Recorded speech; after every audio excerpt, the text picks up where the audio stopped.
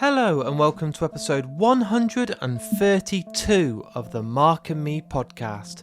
As always, I'm your host Mark. Joining me on today's episode is the actor Dayo Okeniyi.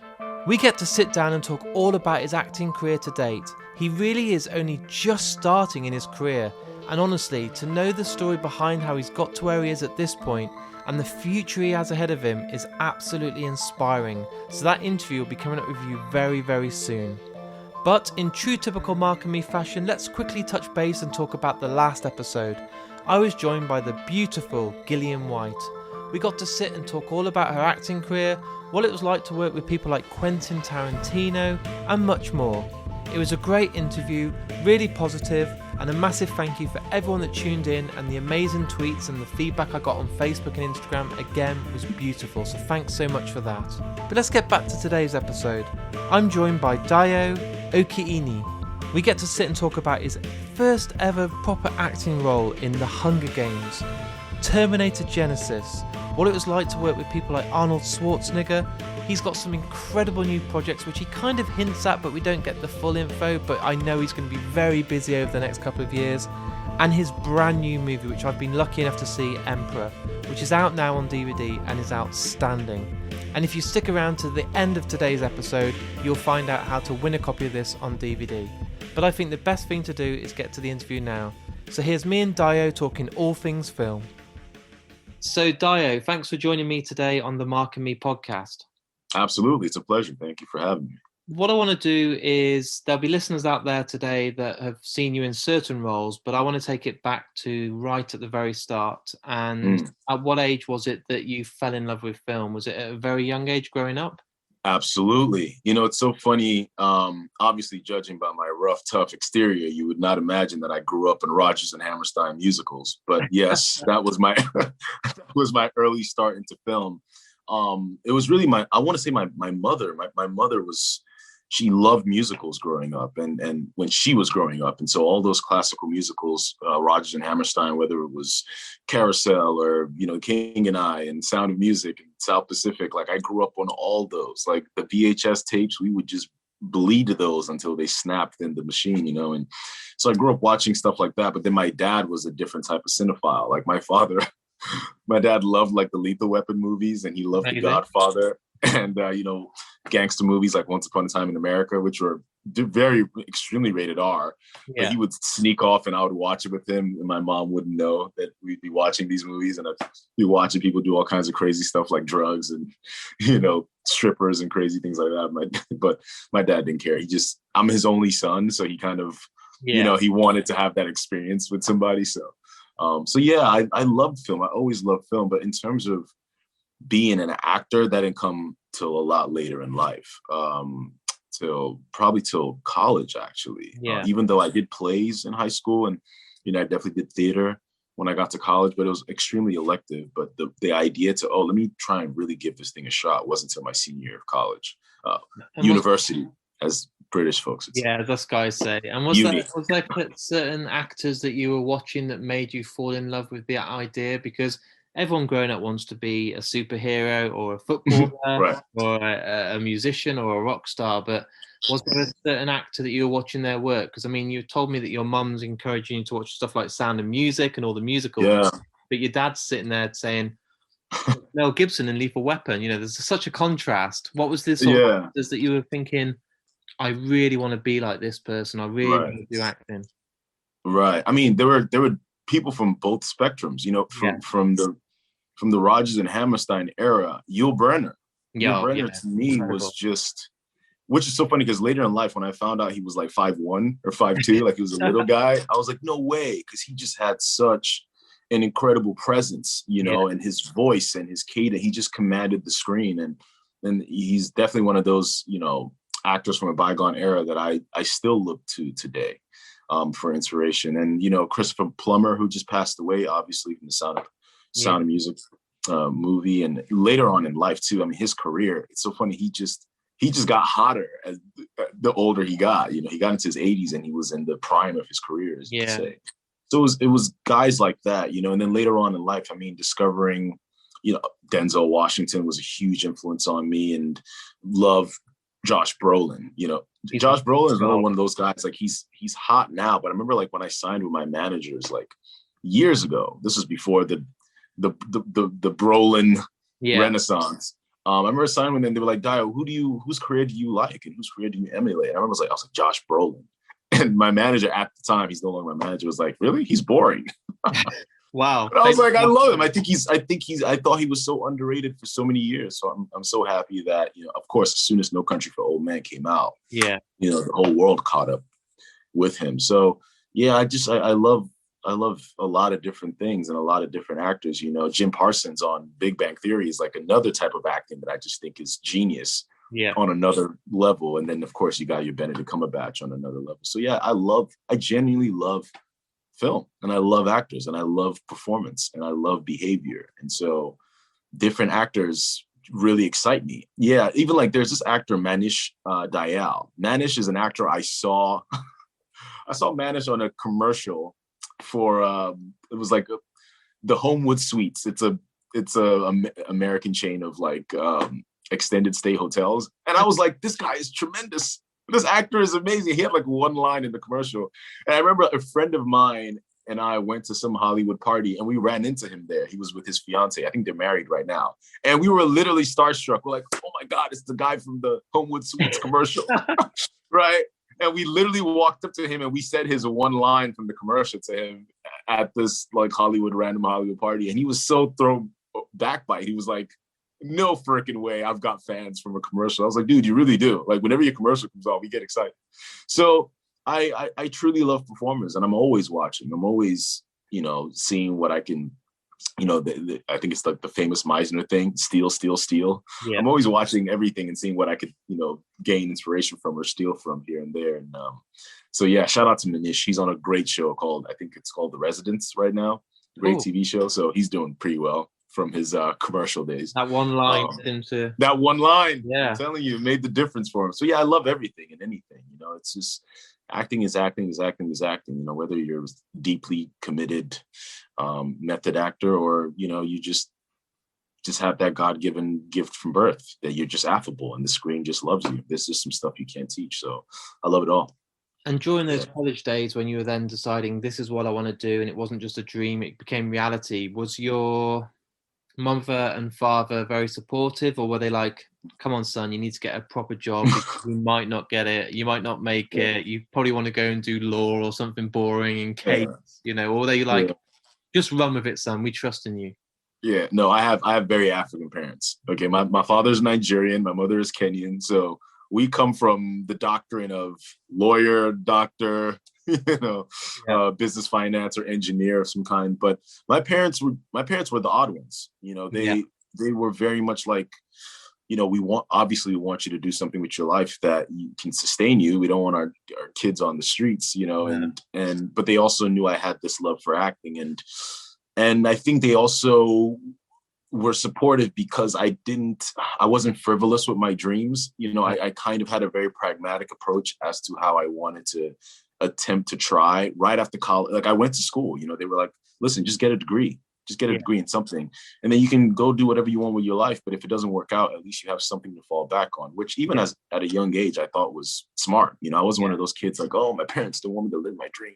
No, I was like, you guys are right. So I went to college, I got a degree. And then the dispute was in my mind, I'm like, it's going to take at least 5 to 7 years to at least become a working actor, let alone maybe becoming a star or something.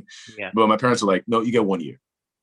Wow. Go try and chase it for 1 year. So the clock was ticking. And a year to the date when I moved out to LA, I booked the Hunger Games, which still is the craziest event of my life. That a year from moving to LA, I'm flying over to North Carolina and I land, get in the hotel. They're like, we need you on set for a little stunt rehearsal. And I'm looking Jennifer Lawrence in the eyeballs, rehearsing this scene. And I just had this weird out of body experience. Like, oh my God, like it kind of happened in a year, which is so, and I know it doesn't happen like that for people. No. I'm so aware of that and how lucky that was. And it was such a crazy, chaotic, big start. Like that was my first film that luckily I became a working actor off of that alone. It's so surreal, even still talking about it till today. It is insane. Like you did 2 shorts, the next thing you know, within 12 months, Yeah, like it's nearly 10 years ago now. And then you went off and did the Hunger Games. And it is insane. Like I talked to a lot yeah, of actors, and it's such a uphill struggle of 10 or yeah. 15 years, theatre productions, lots of shorts, some television work. But it was like you must have been pinching yourself when you got there, thinking, "Fucking hell, is this real?" Absolutely. Yeah, That literally every single day, I was like, I had literally no real on-set experience. The 2 shorts that I had done prior to that, Slew Hampshire and Lions Among Men, and then I did like a little extra and some other thing. I forget the name of what it was right now, but like they were Eyes to See. Yeah, Eyes to See. Wow, you did your research. I love it. They were Eyes to See. I was on that set for maybe 5 hours, and then I was gone. And then Lions Among Men and Slew Hampshire were both student thesis films. So I basically just stalked students at USC and Dodge College of Film in LA and UCLA. Can I be in your film? Can I be in your thesis film? I'm trying to put together a reel. And the thing is, you get to meet young filmmakers that are excited and are not jaded yet. You know, they're very hungry about film. And so those were experiences that I was able to get from just really hounding people, just trying to put together some sort of a reel to get a manager or agent of some kind, which is crazy because my manager, who's still my manager till today, Kami Kasui, when she met with me all those years back then, I met her through a series of serendipitous events from going to acting classes, and she had me come into her office to meet with her. She never looked at my reel or my resume. Like I sat down and I spoke to her like I'm talking to you right now. Yeah. And I had Slew Hampshire and Lions Among Men ready to show her some of what I could do. She never looked at it. She never looked at my headshot. We just spoke and she was like, I like you. Let's see how you do. There's this thing called the Hunger Games. You're not going to get it. But we want you to go in, and you're not going to get it, but we want you to go in, and we know Deborah Zane, the casting director. We want to see, if you're green in the, did we mention you're not going to, okay, cool. Yeah. Okay, cool. So it was really, that audition was really more of them trying to see, can this guy go out and go into the room and, can he deal with material? What's he like? Because being an actor is different from being an auditioner. It's a completely different skill set. And, that one tape I did for Deborah Zane for Hunger Games just went up the chain at all the producers and eventually Gary Ross. And he cast me off that tape. Ridiculous. Absolutely ridiculous. I wasn't even in the Screen Actors Guild Union. I didn't have my SAG card. They're like, oh, we'll take care of all that stuff. And then, I flew to North Carolina and they gave me my per diem. And I was like, is this my paycheck? Is this how you guys pay? No. That's just money for food for the day. I was so clueless, dude. So freaking clueless. So it was a crazy. That's really good though. You probably come across as really humble and just kind of, that's nice. Instead of getting there and be like, right, where's my trailer?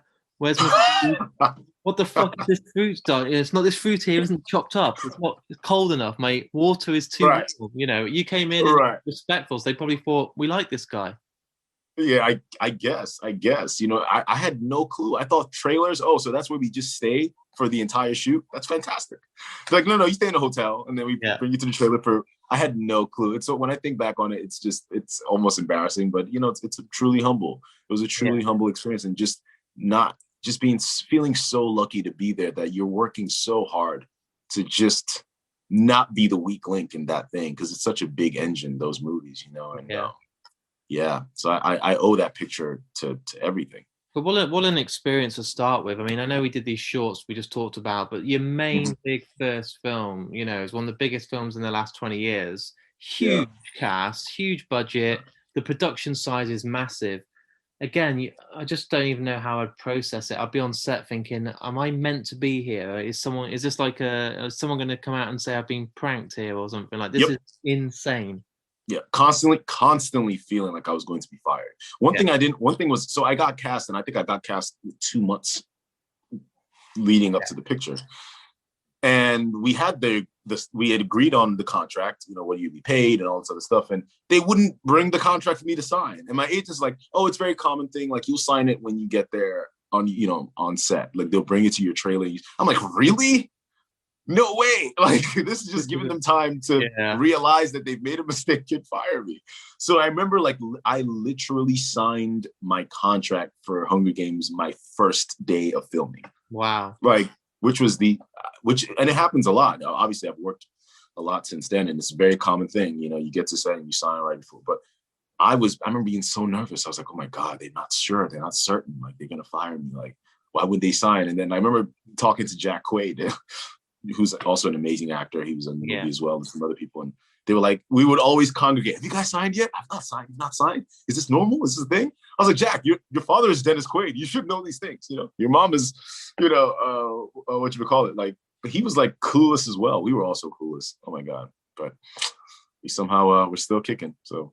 And then a couple of years later, you were involved in the Terminator franchise, which is amazing. Right. You know, like growing up, for me, when you talked about how your dad used to let you watch films that were quite, you know, violent, like Lethal Weapon, my dad would let me sit and watch Terminator and Terminator 2. And that, a 10-year-old kid watching those, your mind just is absolutely blown away by it. You know, seeing that Terminator 2, that first time you see that violence of the Terminator, and T2, you know, it's absolutely awesome. T1000, all that sort of stuff. It blew my mind. Absolutely. So to know you got to be involved in Genisys is pretty spectacular for, again, only 2 years after that you did your main debut in the Hunger Games. It's pretty insane for the first 4 years. Yeah, that was also crazy. I mean, I growing up, I was the biggest Arnold Schwarzenegger fan. Oh my God, we all were. Commando was like one of the best films ever. Dude, I would reenact Commando to my whole family. I was a nuisance. And so, yeah, when you just seeing Arnold there in person was like, I still have these moments till today. You know, Jason Clarke, who was in that movie with me, we would just sit down and go, oh my God, we're in a Terminator movie. Crazy. It's insane. It's truly insane. And everybody in that picture was so amazing. Emilia Clarke, super, super sweet. And, you know, Courtney B. Vance, who played my father, Danny Dyson. I mean, you know, the Dyson Senior. He was great too. It's just a great Hollywood legacy picture to be a part of. Still can't believe it. Being on set of that, seeing the sort of special effects and the stunts and stuff. Yeah. Again, it must be the best lesson you could ever have. You know, you can talk about going to film school and training, but surely just being on set and seeing these professionals and these actors and these stunt coordinators getting it all right is just amazing. Oh yeah, it really is. And the really cool thing is on those pictures, the people in all those departments, they're the best at what they do. Yeah, every single person. And what I do love is like the bigger the picture, and this might sound counterintuitive, but the bigger the picture, the more willing to give the heads of those departments are. You know, I remember on Hunger Games, like our DP, he would like, come see how this works. Like, look at this. When you turn this is what this does. This is what this filter does. And, you know, this is a short lens. This is a long lens. This is this, you know, shallow depth of field. Like, they were so willing to educate us. You know, I remember even on Hunger Games, like, they gave me permission. Even the days when I wasn't filming, they were like, if you want to come to set and just like shadow, you can come shadow the DP. I mean, so, and I, of course, I took that up. I'll be there with my pen and paper making notes every 5 minutes. I'm telling you, you know, I remember I had no scenes with Donald Sutherland, and I was like, oh my God, can I come? That was the first time I asked for permission to just come to set, just to watch him and just to literally take notes.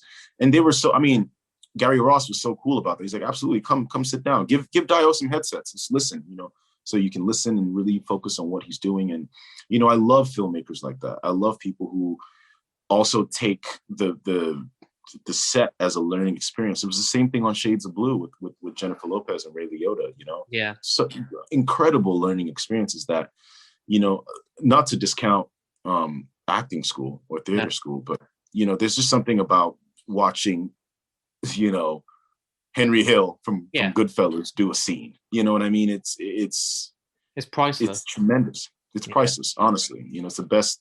My career has been the best acting school ever, honestly. Woody Harrelson. Woody Harrelson was one of those people where it was the first time I saw an actor perform and the director forgot to yell cut. Yeah. Because he was just so magnetic. You know, he came in, it was a rehearsal. He came in to do a rehearsal and Gary Ross was like, we'll just shoot the rehearsal. And Gary forgot to say cut because it was like magic watching it.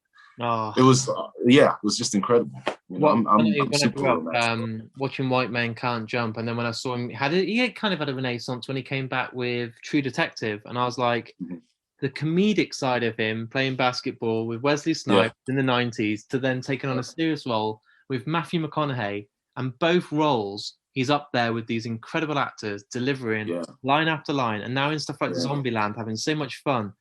I love Zombieland. Yeah. I love the guy. He's incredible. He's been incredible for 30 years. Yeah. He's tremendous. Yeah. You've got to see him. So it's just been Thresh. it's been crazy. And even listen, I know we're kind of short for time, but like we probably should talk about the movie we're here to talk about. Will do. But even like with Emperor, like it's same thing. And you know, I always like to talk about Emperor from two different points of views, which is the actor, me, Dayo, in the film, and then the film itself, Shields Green, and the story. To be a little bit selfish, I'm going to talk about the other side of it for a second, which is just the structure of the film. You know, it's Alice in Wonderland, you know, in terms of Shields kind of, you know, there's this inciting incident and he just tumbles down this rabbit hole and he just encounters all these different characters. You know, it's like Alice, you know, interacting with the rabbit and the Cheshire cat. You know, there was something a little bit psychedelic to the way I saw the movie in my head. And it's the same thing, you know, you're doing a scene with Michael T. Williamson. You know, I remember watching Forrest Gump all the way back in Nigeria and never imagining I'd be in this world. And Michael T shows up on set and I'm like, oh my God, that's Bubba Gump from Forrest Gump. And I'm doing scenes with him and I'm in the scene, you know, I'm Shields and I'm doing my thing. But I'm just like in my head going, you know, barbecue, shrimp. Yeah. You know what I mean? And James Cromwell and Bruce Dern, for God's sakes, and, you know, Harry Lennox and Notori Norton and Cat Graham. I mean, like, that was also a spoiler riches type of movie where every day it was like, ooh, who we working with today, you know, and everybody has such a different process and really came ready to play. And it was such a great film. And, you know, we shot it in 2018 and having no idea what was going to happen in 2020 with the state of the world and the state of America and riots and Black Lives Matter. So, you know, I remember when I was making it, I was like, is the world still ready for these type of narratives? You know, the slave narrative, we've seen this before. And even though our movie was a little bit different, you know, we weren't going for the torture porn thing. We were going for a road picture and a Western. But yeah, when it came out, people just had a pretty insatiable appetite for it and wanted to be, you know, there was clearly the whole thing of like, no, America is not over its traumas. It needs to face this ugly past that it has. And we can't move forward until we all agree that this happened and it was atrocious and we are still dealing with the traumas of it. So yeah, very proud of the film. It can't be ignored, can it, at all? Even though people try, it can't be ignored. And I think the last couple of years have shown us that it's still here just as much as we wish it wasn't. Yeah.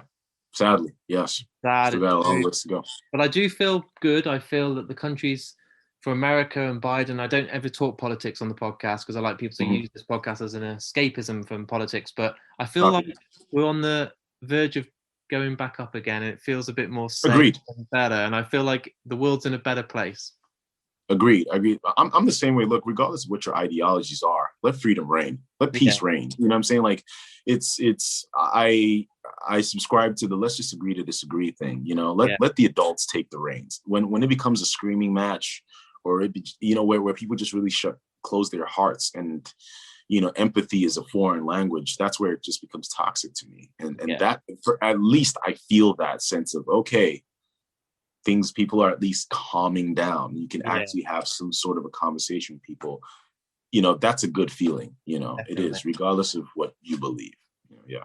A lot of people that listen to the podcast, and I've asked this to every single guest, if it's been a cinematographer, an actor, a director, or a musician, but there's a lot of people that be listening today that will want to be like yourself and get into acting. And I'm asking, what's your advice for those people to try and get into this industry? Because you know, with full respect, you had the best start you could ever dream of within a year being in the Hunger Games. But for others, as much as that's a dream, it's not reality. So what would you say to those people that are listening that are at film school or wanting to think about getting into acting to kind of help them and get their mind in the right way of thinking to be real about things and become an actor?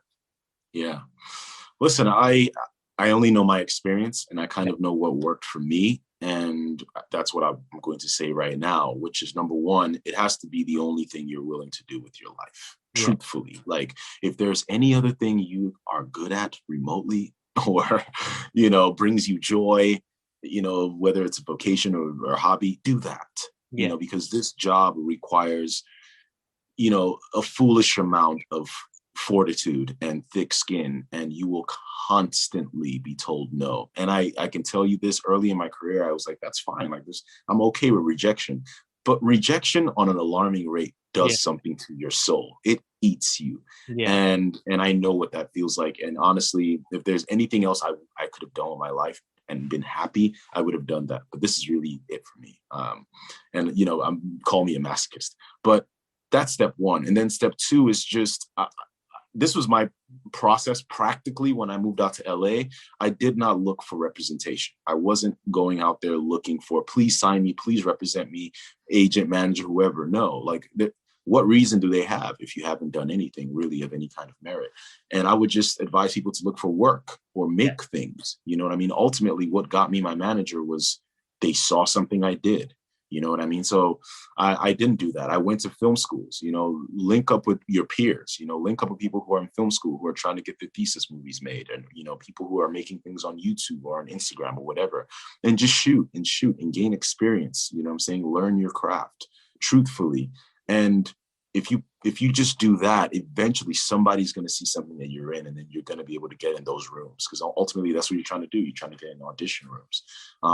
So that was my technique. That was my way. I was like, I'm just going to look for work. And out of that work, somebody somewhere is going to eventually give me a shot, and, my shot came earlier, and I feel like I was prepared for it at that time because I just grinded beyond belief. And of course, my African parents had given me a timeline. Yeah. But that's really stuff, son. Yeah. Exactly. Yeah. So that's really it. Just know that this is what you really want in your heart. And if it is what you want in your heart and you don't mind doing it for no money, which honestly, dude, I would still do this if I got paid nothing. I honestly. Don't let your agent hear this. Do not let your agent listen to this episode, because he'll be like, I want to be. Yeah, my agent's like, cut it out, cut that part out. But honestly, I really would. I really would. I've been broke in my life. I'm not afraid of living under a bridge. I really am not. So, if that's how if you love it like that, my God, keep going. And eventually something will happen for you. Dreams come true. I'm the most trite person you'll ever meet. I'm disgustingly positive. I'm sorry. It turns some people off. No, it's I can't good. help myself. Dude, I'm sitting here interviewing you, and this podcast earns no money. I'm 5 years in, but I get to speak to my most famous people, my idols. I get to hear stories like this every day, and I do it because I love it. You don't earn money. It's a free podcast. It goes out for free. That's what everyone's expectations are. So I do it because I love it. And that's why I think people listen, because it isn't like adverts and me just trying to sell shit all the way through. So if I can keep it and I keep enjoying it, then I'll keep doing it until I stop. That's beautiful. That truly is beautiful. The last thing I want to do, and to make the podcast quite unique, is every single outro piece of music is chosen by the guest. If I give you too long to think about it, you'll think, fucking hell, I got it down to 10 meters. Or you'll wake up at 2 a.m. and go, why did I not pick this song? So I'm putting you on the spot. It can be any band, any artist, any singer, one piece of music by a band or whatever you want that for you sums up you, that can be that perfect piece of music. If you have too long, honestly, you'll go insane. Oh my God, this is tough. This is really, really, really tough. One guest last week, for the first time in 5 years, asked me, and I was like, fuck off. Like, this is my moment to ask you. I'm never, ever going to tell you. And I was like, and then I was thinking about it, and I was like, I need about 2 weeks. What comes to the heart? What first comes to the head and the soul? What's the song that's... I don't know why. This is so random. Okay. But the song that comes to me, I think it's the Beach Boys, but it's the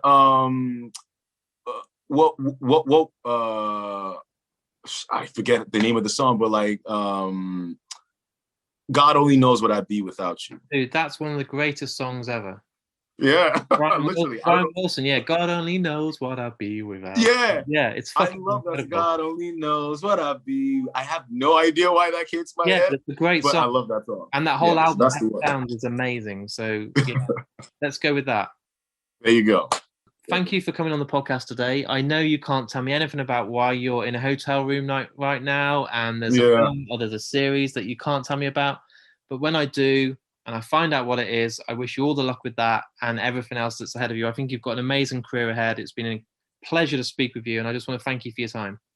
Absolutely. No, it's a good. There are 3 projects coming out, man, and honestly, they're for me game changers. So I will absolutely be back on the show to talk about them. Yeah, gotta have me back. I'm going to hold you to that because I'm recording this, so I'm going to get back Yes. into that, and we'll get you back. Yes, you got the receipts. All right, dude.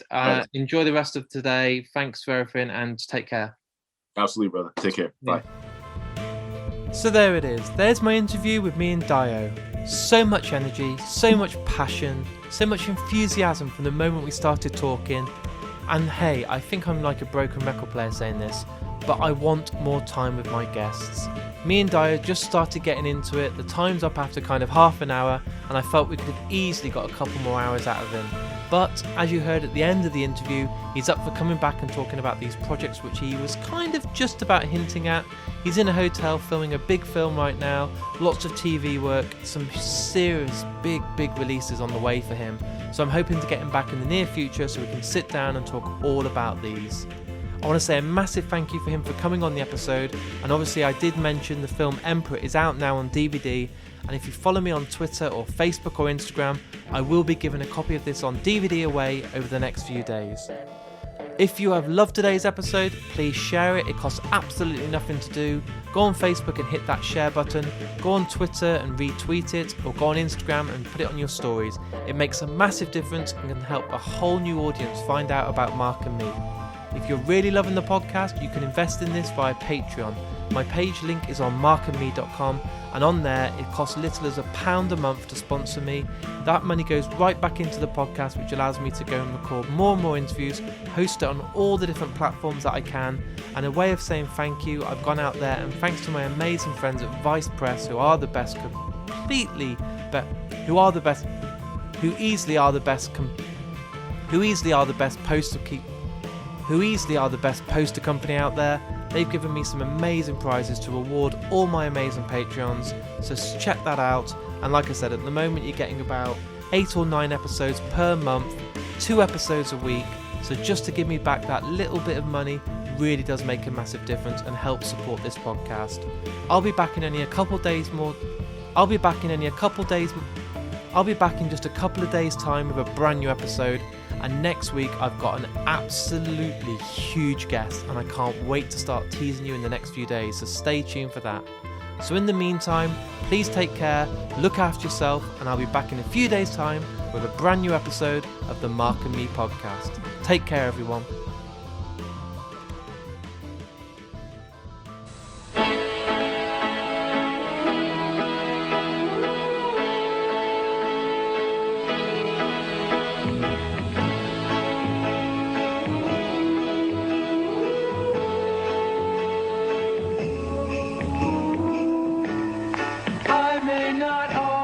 Love you, but long as there are stars above you, you never need to doubt it.